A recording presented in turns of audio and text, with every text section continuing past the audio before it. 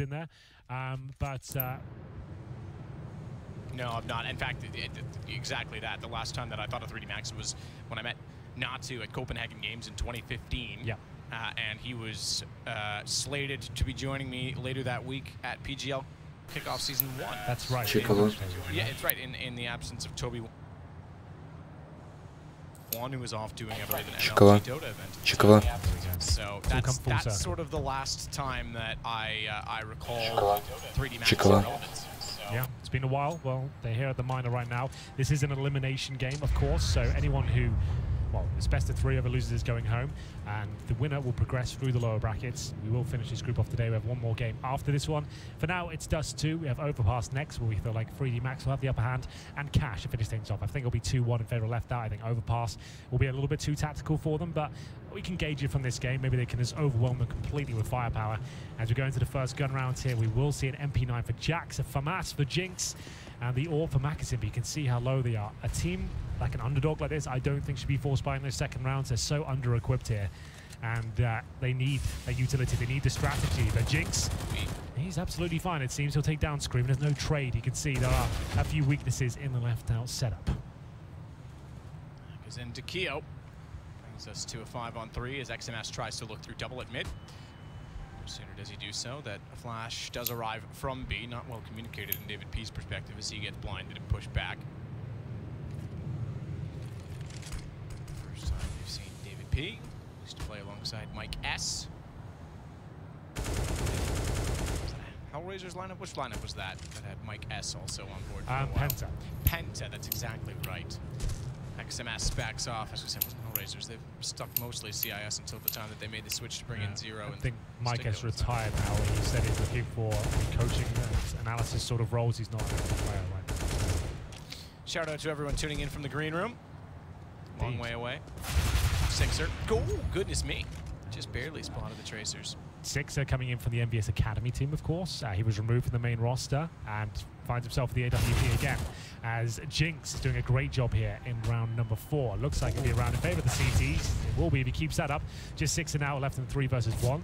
Capable of winning these rounds, but not enough HP to work with there. David P to finish things off. It will be 3-1. Yes, there we go. Fist bumps in the air.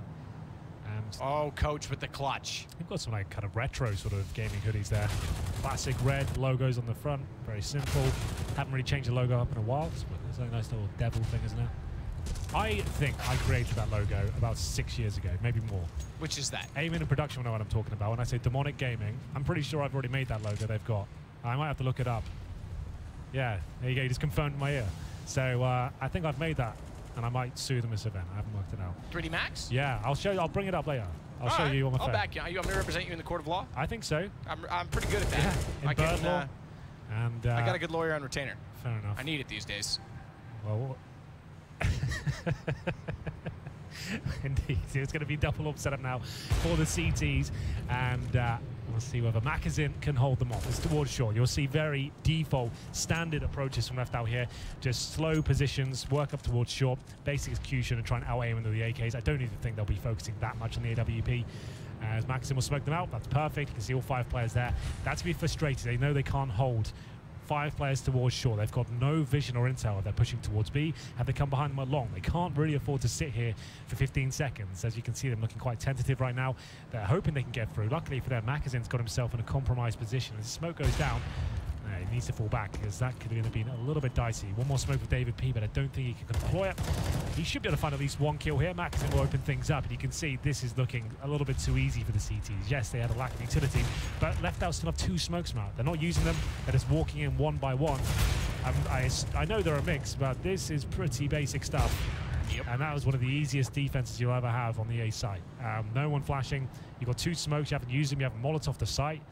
Just an absolute nightmare of a round from Left Out, and I'll say it again. I know they're a mixed team, but they've been playing this game as long as I have. They know that you can't really just walk them to the side like that. No, exactly that. Look, they're a mixed team, but they're not new by any stretch of imagination. Kishima's been around forever. Major winner, in fact. Indeed. Scream, Sixer. Haji, well, even XMS I'll put up there. Haji would be the lowest in terms of experience. Yeah, he came from the MBS Academy team. He was brought up into the main squad before they were. Yeah, and so too did Sixer. You mentioned that. Sure. But keep in mind that Sixer also had a long career in 1.6. Sixer was removed from the main lineup down to the academy team, right? So he had like the reverse journey. I think he was brought up originally, and then he got removed again. Daniel Caviat. Yes, whoever that is. That a hockey player? No. Okay, who's that? It's a Red Bull Toro Rosso reference in Formula 1. Well, there we go. Brought up, then brought down. Yep. Now finds himself driving the safety car. Driving the safety car, maybe. From time to time. He did at Monaco. Well, I was trying to find a sort of analogy for Haji. Oh, right. Something like that, or Sixer, whoever we're talking about. I've lost track of it all. It will be less than a minute remaining. This is not a force buy from, I was about to say the French squad, but they're both French. Left out, they've got the Deagles, and PT50 said no armor, no nades. Like I said, same again. Default, and a default on Dust 2 basically operates in this way. You'd have one upper, one lower, one outside long, then two kind of floating around middle, trying to get up towards short. And sometimes you get the good spawns, which I think left out will be trying to play towards. You try and take long, and you just overwhelm them with the speed you can get that long door and the aim you have. Haven't really seen anything too difficult to hand off from left out. You would assume that's what they're going to be the ace up their sleeve, is having Scream's AK and these established players, but 3D Max look up to the challenge. Double orb set up as Jax is in a good position, nice and defensive, doesn't want to give too much away here as he just gets the kill. He doesn't have to overcommit. He can go for the really flashy frags here, but he knows they're going to drop down. This is really well played. Very basic, but he's hitting the shots, defending the bomb plant, and that's all you have to do. You don't have to overcommit for the highlight clips every single time. Stay alive, especially these underdog teams. Save the cash. Don't even risk losing your life for the chance of getting another one tap when the round is guaranteed. Round 7, and we'll see the 6 AWP available again. I don't think he'll go for it though. He's only got $5,000 done the glass cannon approach, so we'll see if it works out for him. Does spot one crossing over, doesn't take the shot. So CT's in the double up setup. They're not going to change things up too much. You can see they've got quite an open mid area, which is quite standard. Lucky will be patrolling that with his second orb if he gets flashed off and fall back to the window.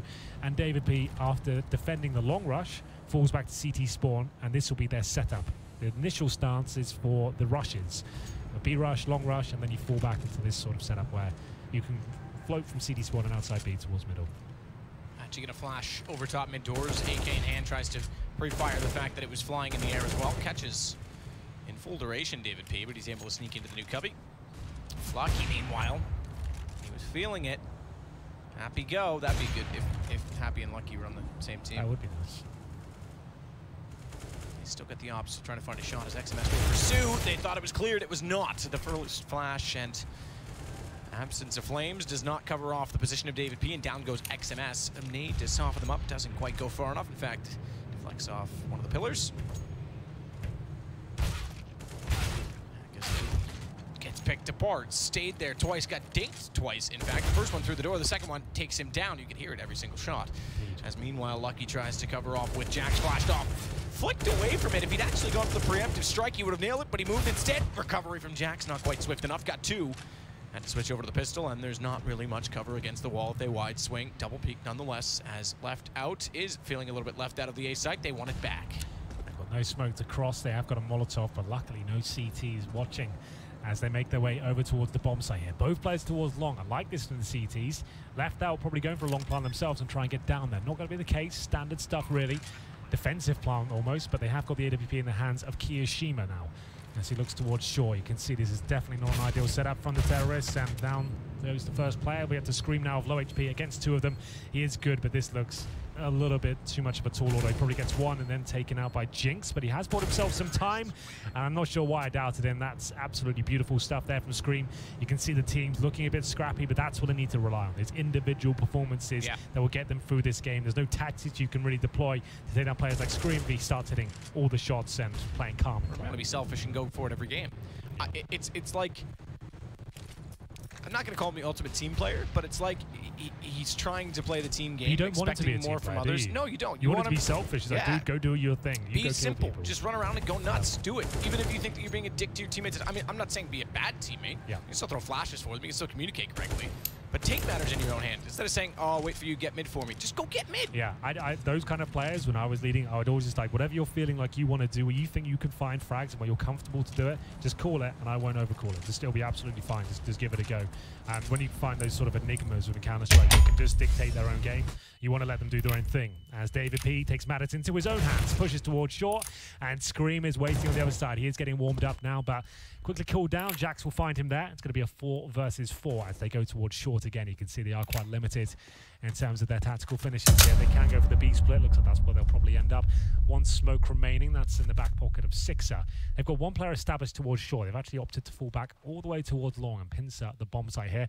Mac is in waiting with the AWP. I think he's going to hit that shot. No flashes, boys. Nothing at all. I guess they didn't have one. Sixer will get the reply. 15